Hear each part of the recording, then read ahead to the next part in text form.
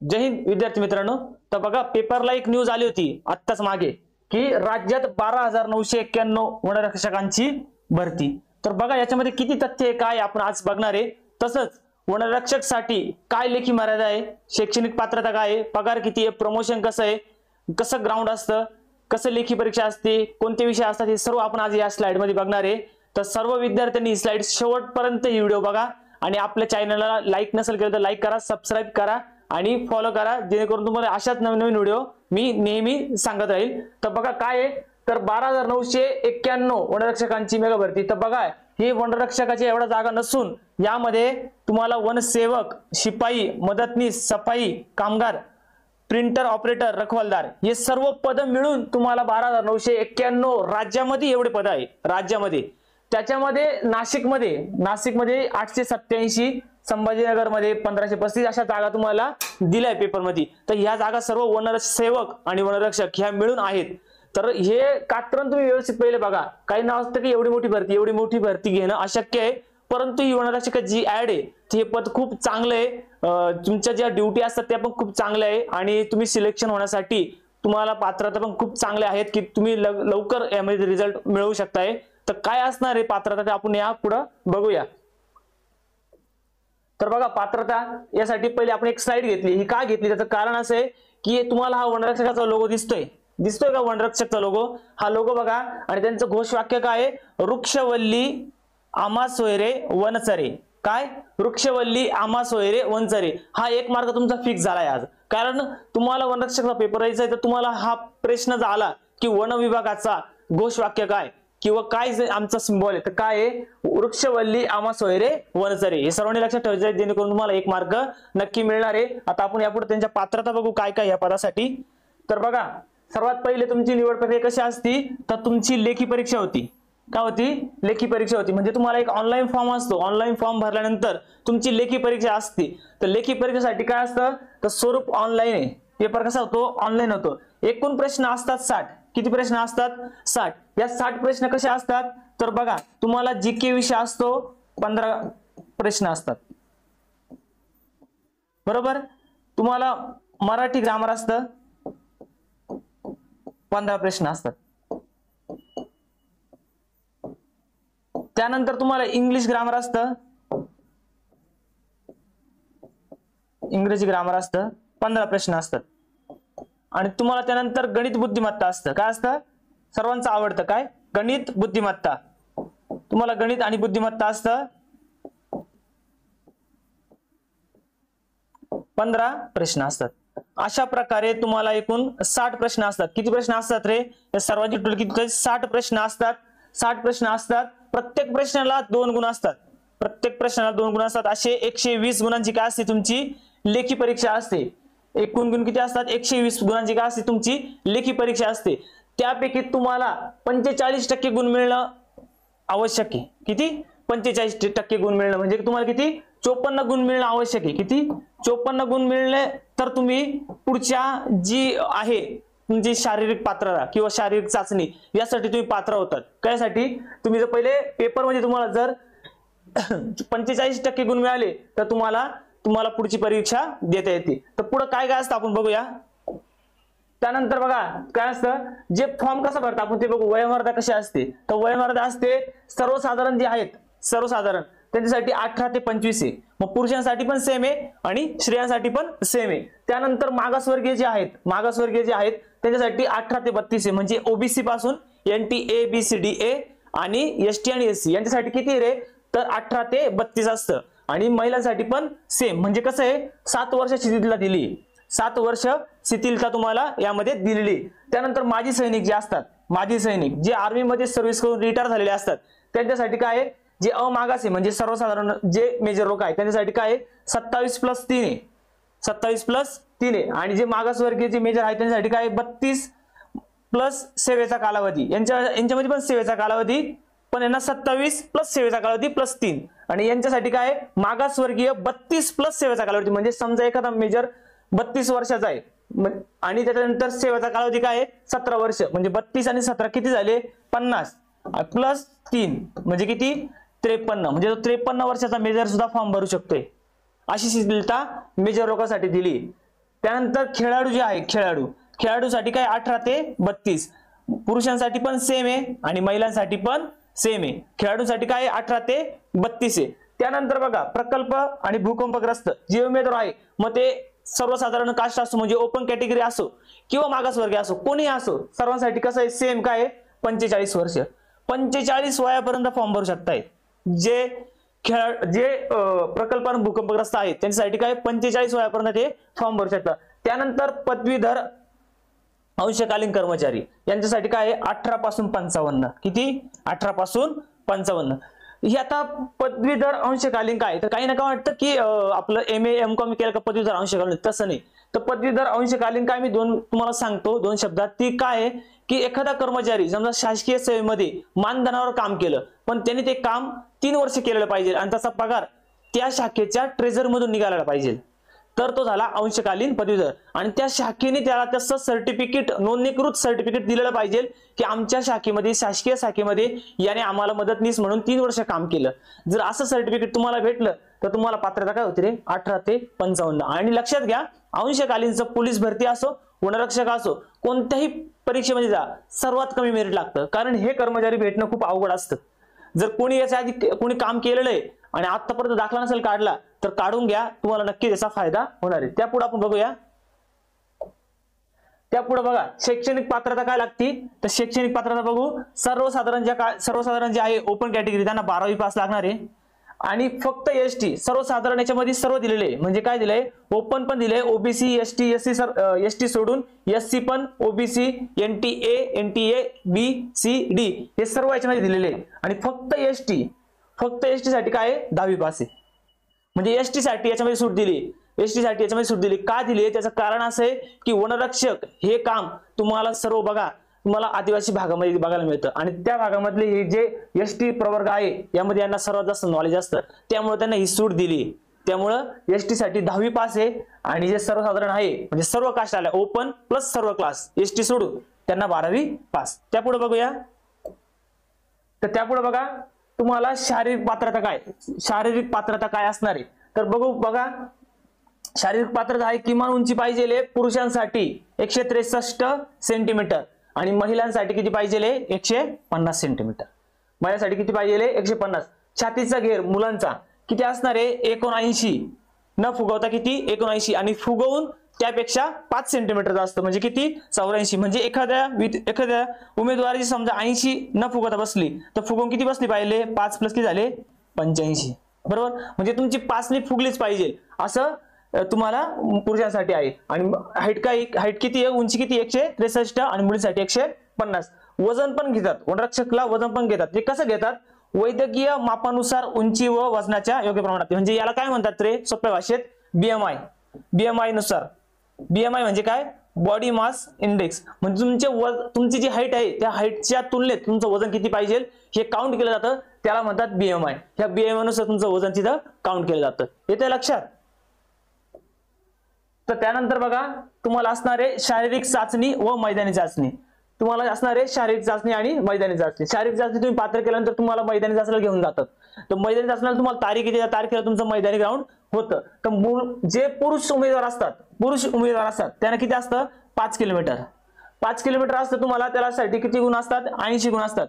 80 गुण त्यासाठी असतात. तर तुम्हाला टाइम आहे तो 17 मिनिटं आहे. म्हणजे तुम्ही 17 मिनिटाच्या आत आले तर तुम्हाला 80 गुण मिळतात. 80 पैकी 80 गुण मिळतात. 80 पैकी 80 गुण मिळतात. जर तुम्ही 17:01 सेकंद ते 18 पर्यंत आले तर तुम्हाला डायरेक्ट किती होतं 18 पर्यंत आले किती गुण मिळतात 70. यानंतर तुमचे 10 काय होतं गुण कमी होत जातात. या संदर्भात किती कमी होतात कसे होते यासाठी आपण एक सेपरेट छोटी व्हिडिओ बनवू. त्यानंतर महिला उमेदवार असतात त्यांना 3 किलोमीटर धावण्याचा त्यांना टाइम असतो 12 मिनिटं. त्या जर 12 मिनिटात आल्या तर त्यांना 80 पैकी 80 गुण मिळतात. असं तुमचं असतं मैदानी चाचणीचं. जर तुम्हाला समजा आता एखादा 70 पडले आणि तुम्हाला समजा 120 पैकी 90 पडले तर दोघांची टोटल होऊन मेरिट लागतं. त्या मेरिट नुसार तुमचे काय होतं सिलेक्शन होतं. त्या जिल्ह्याच्या जागा प्लस त्या जिल्ह्याचा कॉम्पिटिशन हे पूर्ण टॅली करून तुमची नियुक्ती तुम्हाला दिली जाते. एकत्रित कसं असतं बघा, लेखीचे 120 प्लस मैदानी 80 असे किती झाले 200. ह्या 200 पैकी मेरिट लागतं. या 200 पैकी मेरिट लागतं. 200 पैकी किती मेरिट लागू शकतं? उदाहरणार्थ मी तुम्हाला सांगतो 140 लागलं. समजा तुम्हाला 150 टोटल होतीये तर तुम्ही वनरक्षक झालात. जर तुम्हाला 138 130 पडले तर तुम्ही त्या रेसमधून बाहेर होतात. या रेसमध्ये जे लोक पात्र होतात ते प्लस काही लोक वेटिंगला ठेवले जातात. का? त्याचा तुम्हाला एक पुढे टास्क असतो. त्या टास्क मध्ये समजा तुम्ही जर फेल झाले तर ते वेटिंग वाल्याला बोलवलं जातं. तर पुढे काय टास्क असतो ते पण बघून घ्या. व्हिडिओ शेवटपर्यंत बघा, कारण तुम्हाला यामध्ये अजून भरपूर माहिती द्यायची की काम काय असतं, पगार कसा असतो, तुमचं प्रमोशन कसं होणार आहे, हे सर्व तुम्हाला मी या स्लाइड मध्ये सर्व सांगणार आहे. तर बघा, निवड प्रक्रिया. सदर चाचणी विहित वेळेत पूर्ण करावी लागते. म्हणजे तुम्ही जर समजा पेपरमध्ये पात्र झाला, परत तुम्ही 5 किलोमीटर मध्ये पण पात्र झाला, तुम्हाला पुढची चाचणी असते. काय असते? पुरुष उमेदवार आहे त्यांना 25 किलोमीटर चालावं लागतं 4 तासात. आता एवढा वेळ दिलाय तर तुम्ही चालत चालत जरी गेले तरी पूर्ण होणार आहे, हसत हसत गेले तरी पूर्ण होणार आहे, कारण 4 तास दिले.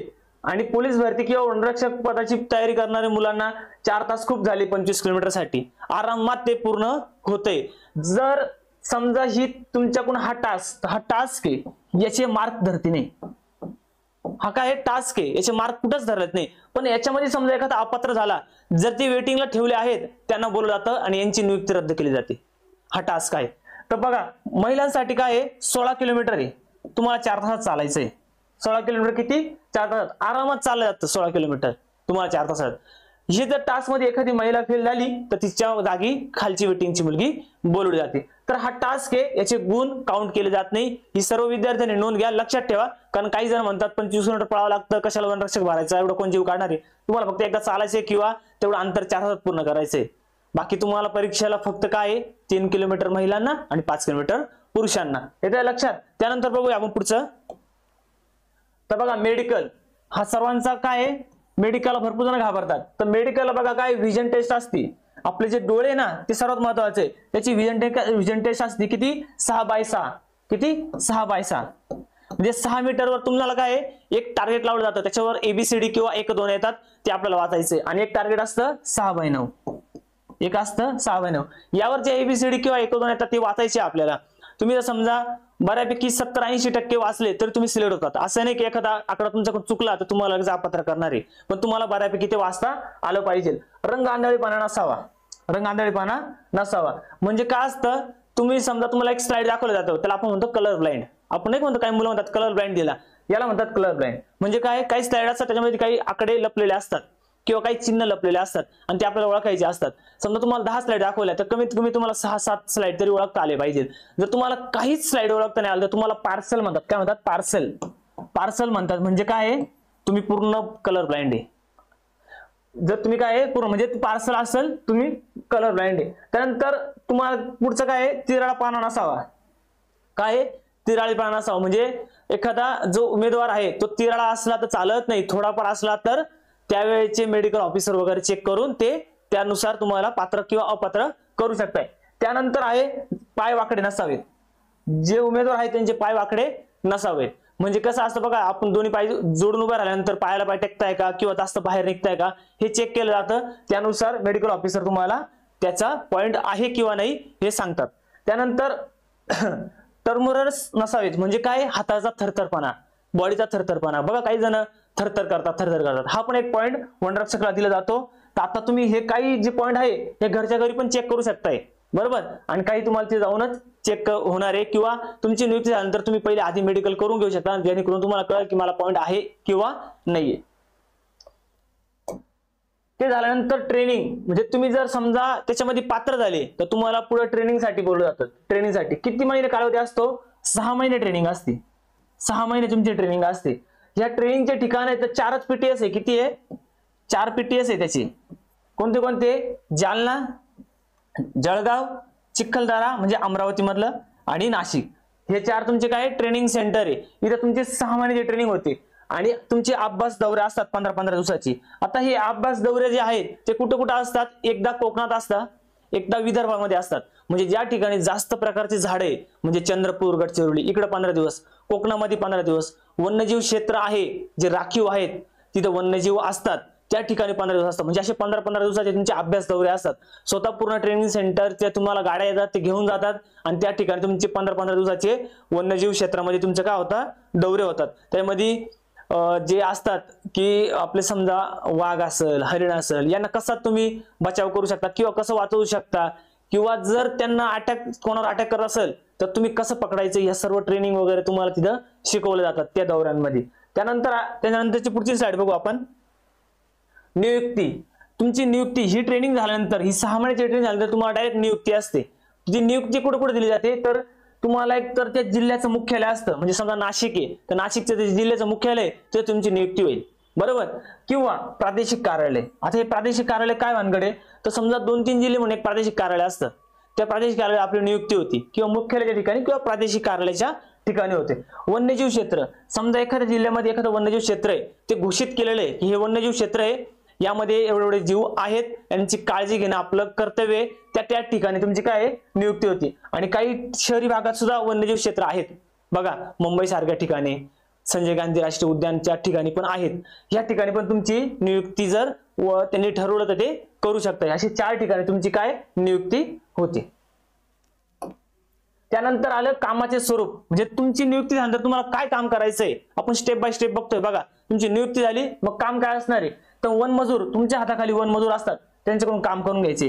तर कसं काय काम करून घ्यावं लागतं, तर झाडं लावणे, झाडाचे खड्डे करून घेणे, झाड जर चुरत असेल तर त्यांच्याकडे लक्ष देणे. जर समजा काही झाडांना आग लागली, कुठं वन आग लागली तर त्या ठिकाणी लक्ष देणे. हे काम वन मजुरांकडनं वनरक्षक करून घेतात, बरोबर. त्यानंतर असतं शासकीय योजना वगैरे. काही शासकीय योजना आल्या की 1000 झाडं लावायचे, 500 झाडं लावायचे. तर ह्या योजना आहे त्या आपल्याला वनरक्षकांना काय करावं लागतात, वनसेवकाकडनं किंवा वन मजुरांकडनं काय राबवून घ्यावं लागतं. त्यानंतर वनाची देखरेख करायची. समजा सागाचे झाड आहे, चंदनाचे झाड आहे, चोरीला जात आहे, तर तुम्हाला देखरेख करायची. चोरी असेल तर तुम्हाला त्याबद्दल लगेच कारवाई करायची आणि तुमच्या वरच्या ऑफिसरला कळवायचंय की इथून अशा प्रकारची चोरी होती किंवा लाकडाची चोरी होती, हे काम तुम्हाला करायचंय. गुन्ह्यांची नोंद करणे. म्हणजे जे झालं काय, समजा देखरेख करताना तुम्हाला वाटलं चोरी झाली तर तुम्हाला गुन्ह्यांची नोंद करायची. झाड चोरले जात आहे, तुम्हाला काय करायची, गुन्ह्यांची नोंद करायची. कारण मोठ्या प्रमाणात बघा, तुम्ही बघता आता पुष्पा पिक्चर आला, त्यामध्ये बघितलं ना, बऱ्यापैकी चंदनाची चोरी वगैरे ह्या गोष्टी घडतात. या गुन्ह्यांची नोंद कोण करतं, तर वनरक्षक करतं. लक्षात ठेवा, हा प्रश्न महत्वाचा आहे किंवा माहिती तुम्हाला महत्वाची आहे की काम काय असले पाहिजे. नाही तर तुम्ही झाले तुम्हाला माहितीच नाही वनरक्षकाला काम काय असणार आहे. काहींचं स्वप्न असतं का आपल्याला काय काम करायचंय, हे काम तुम्हाला आताच कळते का आपल्याला वनरक्षक झाल्यानंतर हे काम असणार आहे पुढे जाऊन. त्यानंतर वरिष्ठ अधिकाऱ्यांनी सांगितले काम काय, आपल्यापेक्षा जे सिनियर कर्मचारी असतात ते आपल्याला कामं सांगतात की ह्या भागात एवढे 500 झाड लागलेच पाहिजे, ही योजना शासकीय लाभवली किंवा इथे ह्या गोष्टी घडल्याच पाहिजे. ते वरिष्ठ अधिकाऱ्याचे काम आपल्याला काय करायचे. त्यानंतर पुढचं काय आपण बघू, पुढची स्लाइड काय आहे, तर बघा पगार. सर्वांचा आवडता घटक काय, पगार किती असेल आणि कसा असेल. त्या पगाराचे आपण थोडक्यात तुम्हाला सांगू. ट्रेनिंगला असताना जेव्हा तुम्ही ट्रेनिंगला जातात, 7व्या वेतन आयोगानुसार तुम्हाला दर महिन्याला 21,700 रुपये मिळतं. किती, 21,700 रुपये. खूप पेमेंट झाला ट्रेनिंग मध्ये असताना. ट्रेनिंग मध्ये काय असणार आहे, तुम्हाला पीटी करायची आहे, बरोबर. वन्यजीव क्षेत्र कसं असतं, त्याला कसं बचाव केला पाहिजे याबद्दल ट्रेनिंग असते, थोडीशी पीटी असते, थोडीशी रनिंग असते, अभ्यास दौरे असतात. त्यामध्ये तुम्हाला 21,700 म्हणजे तुम्हाला फिरून इकडे तिकडे दौरे वगैरे फिरून ट्रेनिंग करून स्वतःच्या शरीराला ग्रोथ करून तुम्हाला 21,700 पेमेंट मिळणार आहे. अतिशय चांगली नोकरी आणि अतिशय चांगला पगार आहे 7व्या वेतनानुसार. त्यानंतर ट्रेनिंग झाल्यानंतर दर महिन्याला तुम्हाला 23,000, म्हणजे तुमची ट्रेनिंग पूर्ण झाली तर दर महिन्याला तुम्हाला 23,000 रुपये पगार मिळणार आहे, 23,000 रुपये. त्यानंतर आदिवासी भागात, म्हणजे आदिवासी भाग कोणता आला रे, तर नंदुरबार मध्ये बघा भरपूर ठिकाणी जंगल आहे. नंदुरबार मध्ये आदिवासी विभाग आहे. तसंच गडचिरोली, चंद्रपूर इकडे पण खूप मोठ्या प्रमाणात वन्यजीव क्षेत्र आहे. तिथे भरपूर प्रमाणात बघा व्याघ्र प्रकल्प आहे. तर अशा ठिकाणी तुमची जी नियुक्ती केली तुम्हाला 30,000 रुपये पगार मिळतो. कारण तिकडे जास्त आहे, कारण तुमच्या जीवाला पण रिस्क आहे आणि तुम्हाला अतिशय दुर्गम भागात जाऊन तुम्हाला नोकरी करायची, त्यासाठी तुम्हाला जास्त भत्ता भेटतो. 30,000 रुपये पगार तुम्हाला तिथं दिला जातो. त्यानंतर शहरी भागात किती आहे, 25,000 आहे. आता याच्यामध्ये फरक काय आहे, ट्रेनिंगला गेल्यानंतर बाकीच्यांना 23 आणि शहरी भागात 25 का, तर त्याचं कारण असं आहे की जेव्हा आपण शहरी भागात जातो तेव्हा सगळ्यांचे जे घर भाडं असतं, होम अलाउन्स असतो, तो जास्त असतो. सिटी भागात जास्त होम अलाउन्स मिळतो कारण घर भाडे जास्त असतात. मग विचार केला कर्मचारी शहरी भागात राहण्याचा खर्च जास्त होणार आहे. त्यासाठी तुम्हाला 2000 रुपये हा जास्त असतो. तुमचे घर भाड्याचे पैसे याच्यामध्ये जास्त ऍड झालेले. त्यानंतर हा पगार किती वर्षांनी वाढतो, वनरक्षकाचा किती वर्षांनी वाढतो, 3% वाढतो दरवर्षी. किती? 3% दरवर्षी वाढतोय तुमचा पेमेंट. आणि हा 3% कशा वाढतो, तुमच्या बेसिकवर वाढतोय. बेसिकवर तुमच्या 3% पेमेंट दरवर्षी वनरक्षकाचा वाढतोय. तर पुढे बघू आपण. पुढचं काय, प्रमोशन.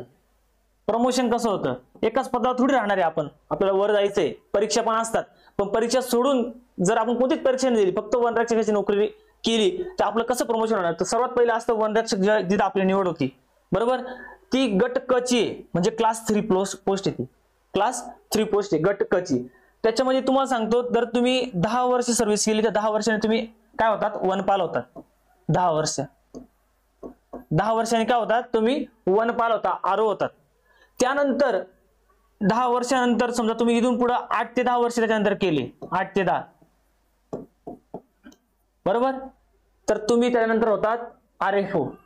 RFO म्हणून तुमची काय होती, नियुक्ती होती. हे झालं. तुम्ही जर समजा एखादा उमेदवार समजा 18-19 वर्षी लागला तर तो रिटायर RFO म्हणून होतो. पण एखादा लागला 28-29 वर्षाचा तर तो RFO परत जाणं शक्य राहणार नाहीये, बरोबर. आणि हे पोस्ट तुम्हाला प्रमोशन जाता येणार आहे. याच्या वरच्या पोस्ट जर तुम्हाला डायरेक्ट व्हायचं असेल तर तुम्हाला MPSC मार्फत जावं लागतं. MPSC आणि UPSC या दोन परीक्षा दिल्या तर याच्या वरच्या पोस्ट तुम्हाला मिळणार आहे. तर लक्षात घ्या, अशा प्रकारे तुमचं प्रमोशन असणार आहे 3 टप्प्यात. जर तुम्ही 10 वर्ष सर्व्हिस केली वनरक्षकावर तर तुम्ही वनपाल होणार आहे. वनपालवर आरवर जर तुम्ही 8-10 वर्ष ड्युटी केली तर तुम्ही RFO होणार आहे. आलं सर्वांना प्रमोशन लक्षात. त्यानंतर बघू बदली कशी होती. तर बघा, काही जिल्ह्यांमध्ये फॉर्म आहे ना, समजा एखादा उमेदवार नाशिक जिल्ह्याचा आहे, परंतु त्याला बदली पाहिजे, समजा धुळ्याला पाहिजे, बरोबर, किंवा एखादा धुळ्याचा विद्यार्थी समजा उमेदवार आहे, धुळ्याचा आहे पण तो नाशिकला भरती झाला, त्याला धुळ्याला बदलून जायचंय, तर काय पात्रता असणार आहे. कारण काही जिल्ह्यामध्ये बघा कमी जागा असतात, एखादा जिल्हा आहे कमी जागा असतात म्हणून आपण दुसरीकडे फॉर्म टाकतो. म्हणजे आपलं व्हायचंय नाशिकला पण आपण टाकतो धुळ्याला, धुळ्याच्या माणसाला व्हायचं नाशिकला पण तो टाकतो धुळ्याला, कारण का जागा कमी असतात. तर काय क्रायटेरिया आहे, तर 5 वर्षात सेवा पूर्ण झालेली पाहिजे तुमची. त्या जिल्ह्यामध्ये 5 वर्षात सेवा पूर्ण झाली पाहिजे नियुक्तीच्या दिनांकापासून. त्यानंतर काय तुम्हाला काय कशामुळे बदली भेटू शकते, तर कुटुंबातील व्यक्तीचं किंवा स्वतःचा आधार पाहिजे. कुटुंबातील व्यक्ती, आता ह्या व्यक्ती जर अति म्हणजे आपल्या रक्तातले असेल तर लवकर बदली होती. कसं, जर आपली पत्नी, आई वडील किंवा मुलं हे जर असतील तर आपल्याला काय होतं, किंवा स्वतः आजारी, समजा एखादा स्वतः आजारी तर आपली बदली होऊ शकते. 5 वर्ष सर्व्हिस पाहिजे. पण पती पत्नी एकत्रीकरण, आता याच्यामध्ये पती पत्नी एकत्रीकरण म्हणजे कसं, की पत्नी किंवा पती हे दोन्ही पण शासकीय सेवेमध्ये पाहिजे, म्हणजे दोघं वनरक्षक पाहिजे असं नाही. शासकीय कोणतीही सेवा असू द्या, पोलीस असू द्या, म्हणजे पत्नी समजा वनरक्षक आहे, पती पोलीस आहे तरी चालेल, किंवा एका शासकीय हॉस्पिटलमध्ये जर एखादी पत्नी तिची कामाला असेल आणि तो पती वनरक्षक असेल तरी पण होऊ शकतं. फक्त काय, शासकीय सेवेमध्ये आपली पती किंवा पत्नी पाहिजे आणि दोघं पण शासकीय सेवेत पाहिजे तर तुमची बदली होऊ शकते. आई वडील मृत्यू, म्हणजे समजा आई किंवा वडील नसेल, आई किंवा वडिलांचा मृत्यू झाला, फक्त आई आहे, तर तिला सांभाळ करण्यासाठी सुद्धा बदली वनरक्षक या पदावर असताना होऊ शकते. जर तुम्ही पटवून दिलं की मी घरात एकटाच आहे आणि माझे वडील एक्सपायर झाले, माझी आई एकटी आणि मला सांभाळायला घरात कोणीच नाही आणि मला धुळे या ठिकाणी बदलून जायचंय, मी नाशिकला आहे, तर तुमची बदली होऊ शकते. हे वनरक्षकाचं चांगलं आहे आणि वनरक्षकाच्या बदल्या पण लवकर होतात. कारण बघा, पोलीस भरतीमध्ये सगळ्यात जास्त जागा असतात मुंबईला, सगळे विद्यार्थी सगळे उमेदवार मुंबईला फॉर्म टाकतात. मुंबईला झाले की म्हणतात मला धुळ्याला जायचंय, मला जळगाव जायचंय, लवकर बदली होत नाही. परंतु यामध्ये एक बेनिफिट चांगला आहे की वनरक्षकाच्या बदल्या ह्या खूप फास्ट होतात. आणि दुसरं, एक्साईज जे आहेत, राज्य उत्पन्न शुल्क पोलीस, यांच्या पण बदल्या खूप फास्ट होतात. 3-3 वर्षात ही आपल्या जिल्ह्याला बदलून येतात. म्हणून जेणेकरून वनरक्षक किंवा तुम्हाला जे राज्य उत्पन्न शुल्क पोलीस आहे याचे फॉर्म सुटले, हे फॉर्म सुद्धा भरत चला, तुम्हाला फायदा 100% होणार आहे. त्यानंतर बघू आपण सुट्ट्या कशा असतात, सुट्ट्या कशा मिळतात आणि कशा असतात. तर वर्षाला तुम्हाला किरकोळ रजा असतात 8 रजा. म्हणजे समजा तुम्हाला किरकोळ काय काम आहे 1 दिवसाचं, तर तुम्ही ह्या किरकोळ रजेतून रजा येऊ शकतात. अशा तुम्हाला वर्षभरात 8च रजा मिळतात. 8 रजा असतात. आणि त्याच्यानंतर असतात अर्जित रजा. हे मोठं काम म्हणजे आपलं समजा घरामध्ये लग्न कार्य आहे किंवा गाई आहे किंवा तुम्हाला जुनं घर बांधणी काही असो, तर तुम्हाला ह्या रजा भेटतात 30 दिवसाच्या. यासाठी तुम्हाला कारण द्यावं लागतं की मला असं माझं मोठं काम आहे आणि असा अर्ज बनवून तुम्हाला द्यावं लागतं. ह्या वर्षाला तुम्हाला 30 रजा आहे, किरकोळ तुम्हाला 8 आहे. वैद्यकीय रजा म्हणजे तुम्ही स्वतः आजारी असाल, ह्या वैद्यकीयाचा घरच्यांसाठी नाहीये, तुम्ही स्वतः आजारी पाहिजे आणि तुम्ही स्वतः आजारी असल्यानंतर तुम्हाला जे जिल्हा शासकीय कार्यालय आहे आपलं जिल्ह्याचं, तिथून तुम्हाला शिकपास आणावा लागतो, तेव्हा तुम्हाला स्वतःच्या वैद्यकीय रजा भेटतात. त्या वर्षाला 20 असतात. 20 पेक्षा जास्त लागल्या त्या संदर्भात तुमच्या ऑफिसला तुम्हाला तसा अर्ज करावा लागतो किंवा त्या डॉक्टरकडून तसं लिहून घ्यावं लागतं. त्यानंतर असतं प्रेग्नन्सी लिव्ह, म्हणजे ज्या वनरक्षक महिला आहेत त्यांना 6 महिने प्रेग्नन्सी लिव्ह असतं. कसं तर बघा, जर एखादी जी वनरक्षक जी महिला आहे तिला समजा प्रेग्नंट आहे ती, तर तिला 6 महिने आधी रजा मिळतात. 6 महिने प्रेग्नेंट झाल्यानंतर रजा मिळतात. याची पात्रता एवढीच आहे की फक्त 2 मुलांपर्यंत मिळू शकतात, 2 मुलांपर्यंत. तिसऱ्या मुलानंतर तुम्हाला मिळणार नाही. आणि याला अपवाद आहे, समजा एखाद्या महिलेला पहिल्याच वेळेला 2 मुलं झाली, तर एकदा तिला 6 महिने मिळेल, बरोबर. पण जुळे झाल्यामुळं, एकाच वेळेला 2 झाल्यामुळं तिला परत हा चान्स दुसऱ्यांदा मिळेल. तिला दुसऱ्यांदा 1 मुलगा झाला तर परत 6 महिने मिळू शकतात. पण त्याला काय अट काय आहे, पहिल्या वेळेला तिला 2 मुलं झाली असेल तर. असं जर आपलं जर नियमाने गेलं तर एका वेळेला जर 1 मुलगा झाला तर 6 महिने, पुढच्या वेळेस 6 महिने, तिसऱ्या मुलाला रजा मिळणार नाही. जर जुळे झाले तर त्या संदर्भात तुम्हाला मिळू शकताय. त्यानंतर तुम्हाला रविवारी सुट्टी असते, परंतु ती सुट्टी म्हणजे तुम्ही तुमच्या वनरक्षक क्षेत्र जे तुम्हाला दिलंय त्यामध्ये तुमचे जे वन मजूर आहेत त्यांना काम सांगून तिथे देखरेख करून ही सुट्टी घेऊ शकताय. त्यानंतर बघा, आपली सर्व माहिती झाली. त्यासाठी आपण एक वनरक्षकाची ऍड खूप मोठी येणार आहे. त्यासाठी आपण वनरक्षकाची ऑनलाईन बॅच चालू केली, वनरक्षक ऑनलाईन बॅच चालू केलेली आपण. त्यामध्ये आपण सामान्य ज्ञान, मराठी व्याकरण, गणित बुद्धिमत्ता, विशेष काय त्याच्यामध्ये इंग्लिश व्याकरण सर शिकवणारे आपले प्राध्यापक घोरपडे सर तुम्हाला शिकवणारे अतिशय छान शिकवतात. आतापासून आपण बॅच चालू केली आहे. जास्तीत जास्त विद्यार्थ्यांनी बॅच घेण्याचा प्रयत्न करा. या बॅचची जी प्राइस होती ती 1000 रुपये होती, परंतु ऑफर मध्ये आपण फक्त 699 रुपये ठेवली. किती? 699 रुपये ठेवली. आपलं प्ले स्टोअरला जाऊन आशा शौर्य अकॅडमीचं जे ऍप आहे हे डाउनलोड करा आणि ही बॅच खरेदी करा. तुम्हाला नक्की फायदा होईल. अशाच वनरक्षक साठी काय अजून अपडेट येणार आहे, ऍड कधीपर्यंत येईल यासाठी पण मी पुढची व्हिडिओ घेऊन येईल. सर्व विद्यार्थ्यांना या वनरक्षकाची सर्व शैक्षणिक वयोमर्यादा, पात्रता, सुट्ट्या, प्रमोशन या सर्व गोष्टी कळल्या असेल असं गृहीत धरतो. आणि जर तुम्हाला ही व्हिडिओ आवडली असेल तर सर्वांनी आपल्या व्हिडिओला लाईक करा, आपल्या चॅनलला सबस्क्राईब करा